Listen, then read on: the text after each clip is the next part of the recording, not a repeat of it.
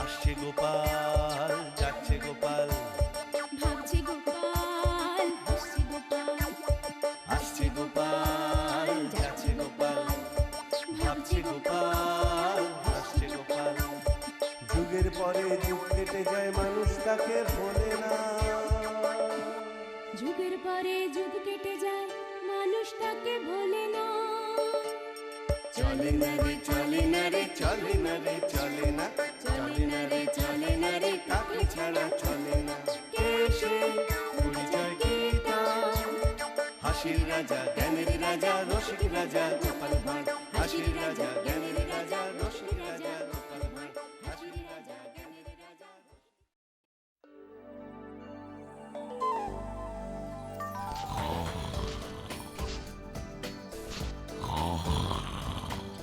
বলি কি গো, বলি উঠবে তো নাকি? এই এখন নয়, পরে পরে। পড়ে পড়ে তো বেলাই বয়ে যাবে, বয়েই যাবে, কিন্তু তুমি আর উঠবে না। এ আমি ভালো করেই জানি। ধুর, তুমি সব জানো। এবার যাও তো, আমাকে একটু শান্তিতে ঘুমোতে দাও। না দেব না, বলি সামনেই রাখি পূর্ণিমা আসছে, সে কথা কি তোমার মাথায় আছে? হ্যাঁ, সর্বনাশ। তার মানে তোমার সেই পেটুক ভাইটা আবার আসবে আর ভুঁড়ি ফুলিয়ে গান্ডে পিণ্ডে খাবে? আই আই আই আই, একদম আমার ভাইয়ের নামে উল্টো পাল্টা বকবে না। হ্যাঁ, 10টা নয়, 5টা নয়, আমার ওই একটা মাত্র ভাই। ভাবছি এবার রাখি পূর্ণিমার দিন ভাইয়ের হাতে রাখি বেঁধে ভাইকে একটা নতুন ধুতি উপহারে দেব। যাও না, যাও না, বাজার থেকে একটা ভালো ধুতি কিনে নিয়ে এসো না। শোনো, এখন না কাছে পয়সা কড়ি নেই গিন্নি। সে কোন সময় থাকে শুনি? এক কাজ করো, তুমি বরং মহারাজের কাছে গিয়ে কিছু পয়সা করে চেয়ে আনো। কিন্তু কিন্তু ভাইকে আমি খালি হাতে ফিরিয়ে দিতে কিছুতেই পারবো না, বলে দিলাম। আরে আরে আরে, গিন্নির ভাইয়ের জন্য ধুতি কিনতে গিয়ে আমার গামছা খুলে যাওয়ার উপক্রম হলো দেখছি। এবার কি করি? না, গিন্নি যেটা বলে গেল সেটাই করি আর কি। কি হলো মহারাজ, আজ এসে থেকে দেখছি আপনি গাল ফুলিয়ে বসে আছেন। কি আবার হবে? কৃষ্ণনগরের সীমানায় যে এক কাঠা বেওয়ারিশ জমি আছে না, ওটা নবাব বাহাদুর কিছুতেই ছাড়তে চাইছেন না। কিন্তু ওই জমির যিনি মালিক ছিলেন তিনি তো কৃষ্ণনগরের বাসিন্দা ছিলেন। কিন্তু সেই কথাটা নবাব বাহাদুরকে বোঝাবে কি? উনি তো জেদ ধরে বসে আছেন, কিছুতেই ওই জমিটা ছাড়তে চাইছেন না। ওই জমিটা পেলে আমি পুরো কৃষ্ণনগর রাজ্যটা ঘিরে ফেলতে পারতাম। তাহলে শত্রু আক্রমণের ভয়ও থাকতো না। ঘরের শত্রু থাকতে আর বাইরের শত্রুর ভয় কিসের? মানে কি বলতে চাইছো গোপাল? আগে আপনাকে তো আমি কিছু বলিনি মন্ত্রী মশাই, আমি বলছি আমার শ্যালকের কথা। কেন কেন গোপাল, তোমার শ্যালক আবার কি করলো? কি আবার করবে? আমার গিন্নি জেদ ধরেছে যে এবারে রাখি পূর্ণিমায় ভাইয়ের হাতে রাখি বেঁধে ভাইকে একটা নতুন ধুতি উপহার হিসেবে দেবে। এদিকে আমার ট্যাগ খালি। ও, এইবার বুঝেছি। তাই তুমি সকাল সকাল ভুঁড়ি দোলাতে দোলাতে মহারাজের কাছে হাত পাততে এসেছো, তাই তো গোপাল? আগে আমার হাত আমি যেখানে খুশি পাতবো, তাতে আপনার কি মন্ত্রী মশাই? গোপাল, এখন আমি কিন্তু তোমাকে কোনো টাকা পয়সা দিতে পারবো না। এমনিতেই আমার মাথায় হাজার হাজার চিন্তা, এত কিছুর মাঝখানে আর টাকা টাকা করো না তো। আপনি বুঝতে পারছেন না মহারাজ, আজ আমার গিন্নির ভাইয়ের জন্য নতুন ধুতি কিনে নিয়ে না গেলে আমাকে খালি পেটে ঘুমোতে হবে। আপনি আপনি আমার গিন্নিকে চেনেন না মহারাজ, আমাকে বাঁচান মহারাজ। আর তুমিও নবাব বাহাদুরকে চেনো না গোপাল। নবাব বাহাদুরকে ওই এক কাঠা জমি না ছাড়লে আমারও স্নান খাওয়া সব একেবারে মাথায় উঠবে। তার উপর আমার রাজ্যের গরিব চাষিরা ওই জমিতে আলু চাষ করেছে, আমি কিছুতেই ওই জমিটা নবাব বাহাদুরকে দিতে পারবো না। আগে আগে গোপাল যখন আছে তখন আপনি কোনো চিন্তা করবেন না মহারাজ। দরকার হলে আমি আমি নবাব বাহাদুরের পায়ে ধরবো, ওনাকে বোঝাবো, কিছু না কিছু একটা ব্যবস্থা আমি করবই মহারাজ। গোপাল নিজের গিন্নিকে সামলাতে পারে না, আর বাংলার নবাবকে নাকি সামলাবে? হাসালে গোপাল, হাসালে। আগে হাসুন হাসুন, গোপাল ভাঁড়ের কাজই তো হাসানো। মহারাজের জয় হোক।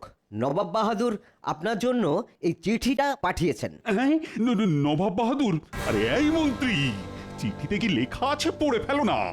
আগে এখনই পড়ছি মহারাজ।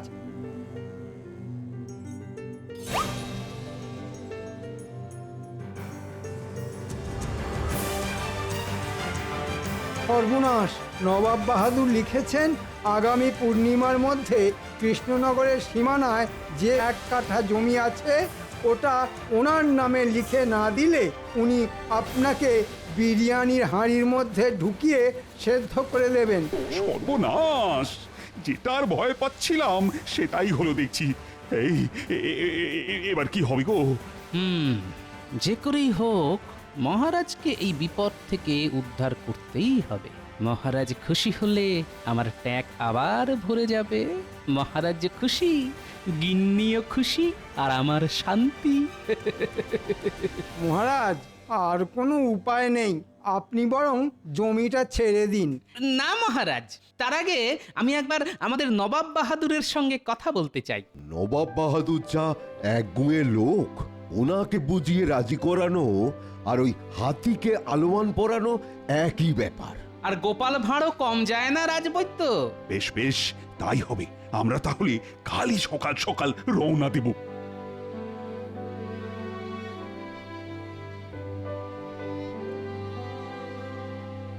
কই গো, একটু জল দাও।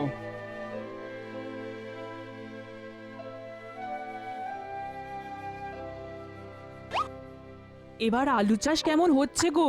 2 পয়সা কড়ির মুখ দেখতে পাবো তো? চাষ তো ভালোই হচ্ছে, আলুর ফলনও ভালোই হবে আশা করি, কিন্তু জমিটা কতদিন থাকবে সেই হলো চিন্তার বিষয়। কেন কেন, মহারাজ তো নিজে তোমাকে অনুমতি দিয়েছে ওই জমিতে চাষ করার। সে হলেও ওই জমিটা নিয়ে মহারাজ আর নবাব বাহাদুরের মধ্যে অনেক দিন ধরেই টানাটানি চলছে। এই তো কদিন আগেও নবাব বাহাদুর লোক পাঠিয়েছিলেন জমিটা কি অবস্থায় আছে সেটা দেখার জন্য। ওই জমিটা চলে গেলে আমাদের যে পথে বসতে হবে।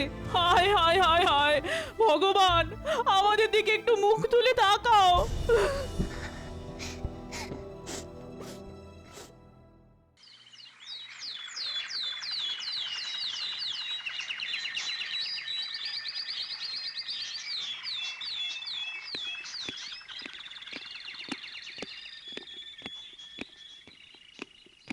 এই দেখুন জাহাপানা, মহারাজ কৃষ্ণচন্দ্র একেবারে দলবল নিয়ে চলে এসেছেন। এসো এসো কৃষ্ণচন্দ্র এসো, ওই জমিটা আমার নামে লিখে দিতে এসেছো বুঝি? না মানে আপনি আরেকবার একটু ভেবে দেখুন নবাব বাহাদুর, ওই জমিটা পেলে আমার কতটা উপকার হবে। উপকার তোমার হবে তাতে আমার কি? আর তুমি প্রজাদের ওই জমিতে চাষ করার অনুমতিও দিয়েছে শুনলাম।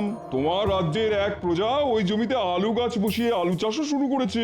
কি ভেবেছিলে কৃষ্ণচন্দ্র, আমি কিচ্ছু জানতে পারবো না?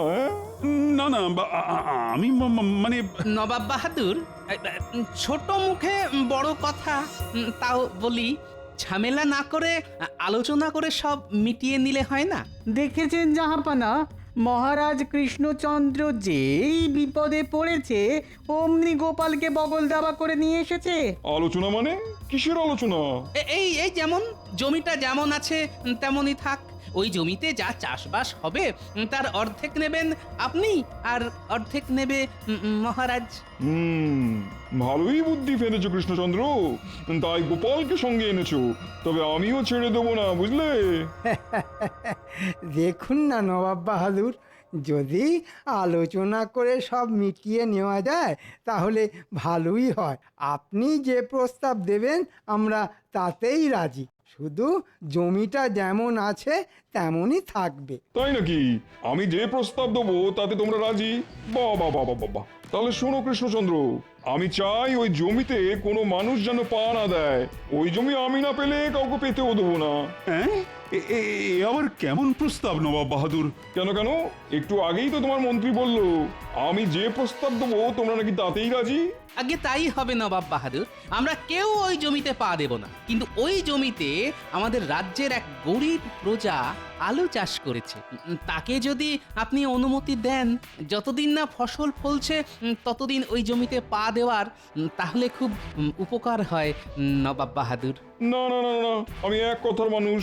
আমি যখন বলেছি তখন আজ থেকে ওই জমিতে কেউ পা দেবে না, মানে কেউ পা দেবে না। কথার খেলাপ হলে আমি কিন্তু ওই জমি কেড়ে নেবো, এই বলে দিলাম। আচ্ছা, মুশকিল তো। পুটির বাবা ওই জমিতে এত টাকা খরচা করে আলু চাষ করেছে, ফসলের মুখ না দেখলে যে ওদের পরিবারটা পথে বসবে। এদিকে নবাব বাহাদুরও জেদ ধরে বসে আছেন। না, এবার কিছু একটা করতেই হবে।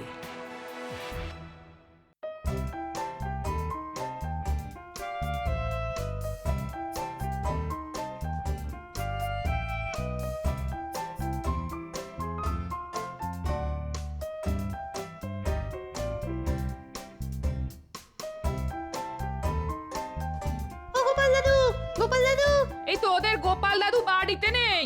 কোথায় গেছে গোপাল দাদু? তোদের গোপাল দাদু মহারাজের সঙ্গে মুর্শিদাবাদে গেছে। তা তোরা চারজন কেন? মুটিকে দেখছি না তো। ওই জন্যই তো আমরা গোপাল দাদুর কাছে এসেছি দিদা।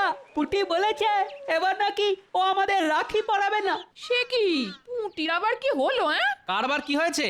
পুটির গো পুটির। পুটি বলছে এবার নাকি ও রাখি পরাবে না।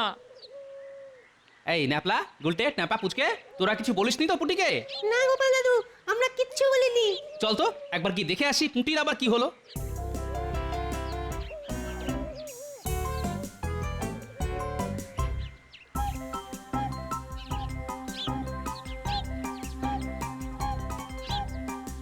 পুটি, এই পুটি, পুটি, এই যে কি হয়েছে রে তোর? কিছু না গোপাল দাদু। না না না না, কিছু একটা তো হয়েছে, বল বল বল। জানো তো গোপাল দাদু, এবার আলু চাষ কেমন হচ্ছে গো? দুটো পয়সা কড়ির মুখ দেখতে পাবো তো? চাষ তো ভালোই হচ্ছে, আলুর ফলনও ভালোই হবে আশা করি, কিন্তু জমিটা কতদিন থাকবে সেই হলো চিন্তার বিষয়। ওই জমিটা নিয়ে মহারাজ আর নবাব বাহাদুরের মধ্যে অনেক দিন ধরেই টানাটানি চলছে। ওই জমিটা চলে গেলে আমাদের যে পথে বসতে হবে। হায় হায় হায় হায়। তাহলে এই ব্যাপার।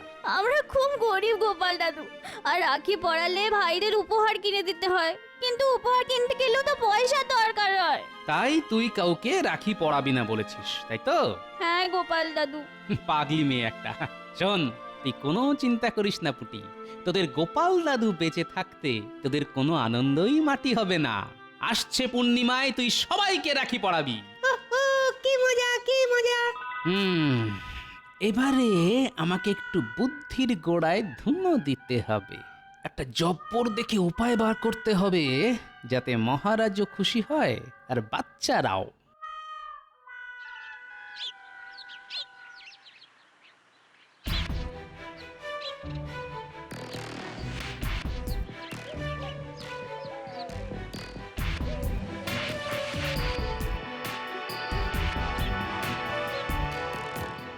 এই ওঠো ওঠো, এই জমি থেকে ওঠো। কেন উঠবো কেন? আপনারা কারা? আমরা নবাব বাহাদুরের প্রহরী। নবাব বাহাদুরের হুকুম, আজ থেকে যেন কেউ ওই জমিতে পা না দেয়। হ্যাঁ, তাই জমি পাহারা দেওয়ার জন্য উনি আমাদের পাঠিয়েছেন। এবার তাড়াতাড়ি জমি থেকে পা তুলে নাও, না হলে সারা জীবন কারাগারে কাটাতে হবে, এই বলে দিলাম। না না না, আমার ঘর সংসার বউ বাচ্চা আছে, আমি কারাগারে থাকলে ওদের দেখবে কে? আমি চলে যাচ্ছি, আমি চলে যাচ্ছি, এক্ষুনি চলে যাচ্ছি।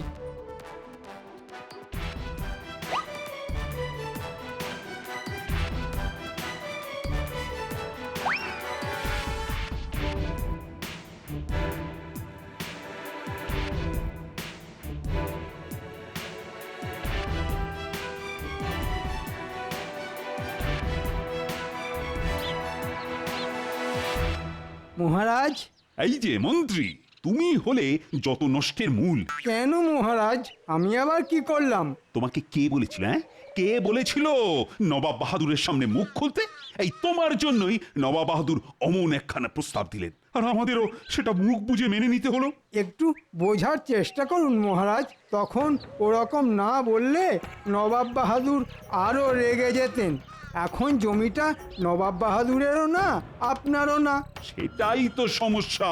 ওখানে আলু চাষ করেছে আমারই রাজ্যের এক প্রজা, তার কি হবে শুনি এখন?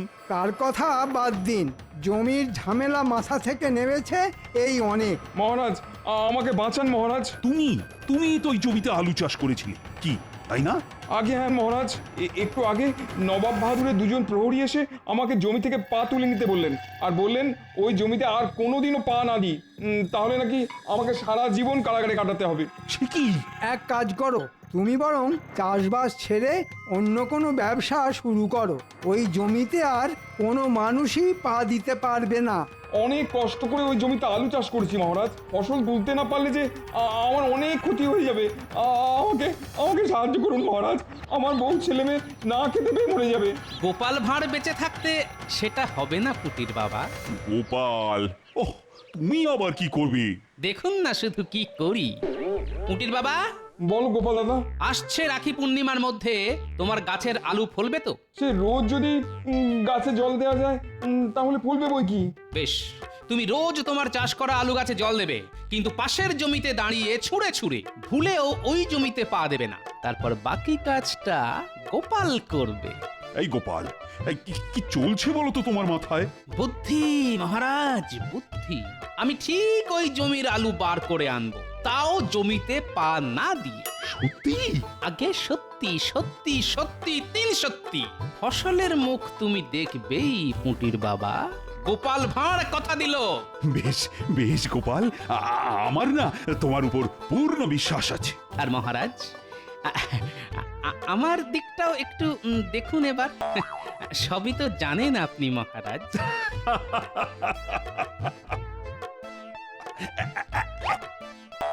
এই না, এই না, এটা দিয়ে আপাতত কাজ চালাও, বাকিটা দেব কাজ হওয়ার পর। ধন্যবাদ মহারাজ। এটা দিয়ে গিন্নির ভাইয়ের জন্য নতুন ধুতি কিনে আপাতত গিন্নির মুখ বন্ধ করি, তারপর নবাবের মুখ বন্ধ করব রাখি পূর্ণিমার দিন। চলি মহারাজ।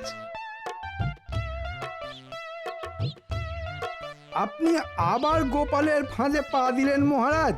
গোপাল ওসব কিচ্ছু করবে না, ও আপনাকে বোকা বানিয়ে মোহন নিয়ে গেল। চুপ কর তো মন্ত্রী, বেশি বকবক করলে না তোমাকে ওই জমিতে ছেড়ে দিয়ে আসবো। তারপর নবাব বাহাদুর তোমার 2 ঠ্যাং খুলে যখন হাতে দিয়ে দেবেন তখন বুঝবে ঠেলা। ওরে বাবারে, না না না না না, আমি আর কিচ্ছু বলবো না।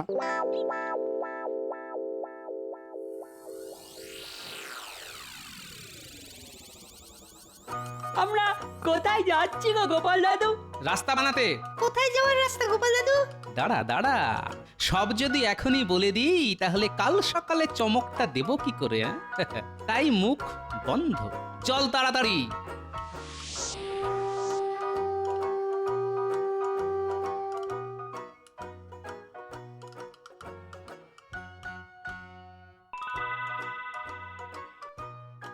এই যে পুটির বাবা, তাড়াতাড়ি চলে এসো, আলু তুলতে যেতে হবে তো। হ্যাঁ, কি বলছো গোপাল দাদা? ওই জমিতে পা দিলে যে নবাব বাহাদুর আমাকে কারাগারে ঢুকিয়ে দেবেন বলেছেন। গোপাল থাকতে ওটি হবে না যে। এই গোপাল, আরে তুমি কি করেছো বলো তো? চলুন মহারাজ, গেলেই সব দেখতে পাবেন।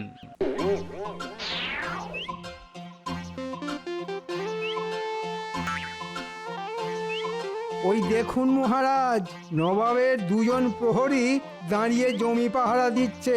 দিক, ওদের কাজ ওরা করুক, আর আমাদের কাজ আমরা।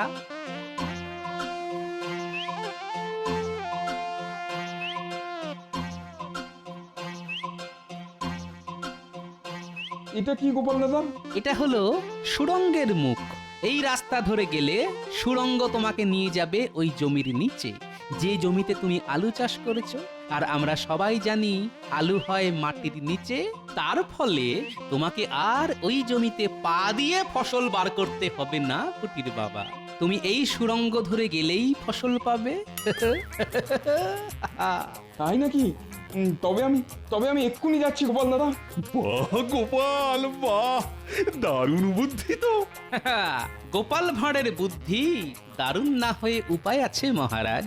সত্যি তো, ইস, এই বুদ্ধিটা আমার মাথায় এলো না কেন? আগে সারাদিন কি করে চুরি করা যায় সেই চিন্তা মাথায় ঘুরলে ভালো চিন্তা আসবে কি করে মন্ত্রী মশাই?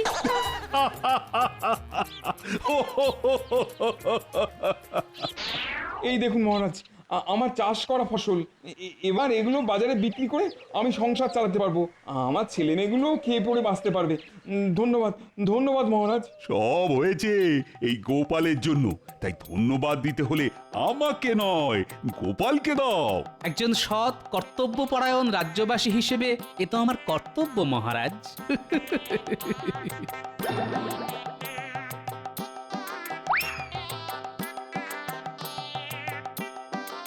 তাহলে এক কাজ করো, আজ তো রাখি পূর্ণিমা, তোমরা সবাই রাজবাড়িতে চলে এসো। আজ এই শুভ দিনে আমরা একসঙ্গে খাওয়া দাওয়া করব। কি খাবো মহারাজ? কেন, লুচি আর ওই জমির আলু। আমি নিজে দাম দিয়ে কিনবো ওই জমির আলু। কি আমাকে বিক্রি করবে তো? কি যে বলেন মহারাজ, অবশ্যই অবশ্যই করব। কি কৃষ্ণচন্দ্র এত বড় সাহস! এই উজির, ঘোড়া বের করো, আমি এক্ষুনি কৃষ্ণনগরে যাব।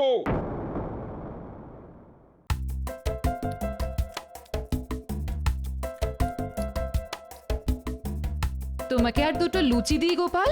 দুটো কেন, যে কটা হাতে ওঠে সে কটাই দিন। এই কৃষ্ণচন্দ্র, তোমার এত বড় সাহস! তুমি আমার বারণ সত্ত্বেও ওই জমির ফসল বার করলে? হ্যাঁ, আমি তো আপনার কথা অমান্য করিনি নবাব বাহাদুর। আপনি বলেছিলেন ওই জমিতে যাতে কেউ পা না দেয়। পা না দিলে ওই জমির আলু বার করলে কি করে? আগে শুধু আলু বাড়ি করিনি নবাব বাহাদুর, সেই আলু দিয়ে বানানো আলুর দম আর লুচিও খাচ্ছি। দেখেছেন জাহাপানা কত বড় সাহস! আমি জানতে চাই কি করে জমিতে পা না দিয়ে তোমরা এই কাজ করলে? এ তো জলের মতন সোজা নবাব বাহাদুর। নবাব বাহাদুর, এই টেকো গোপালের বুদ্ধিতে সবই সম্ভব। ওই আলু চাষ করা জমির ঠিক পাশে একটা সুড়ঙ্গ খুঁড়লাম, আর সেই সুড়ঙ্গ দিয়ে ঢুকে জমির নিচ থেকে আলু বের করে নিয়ে এলাম।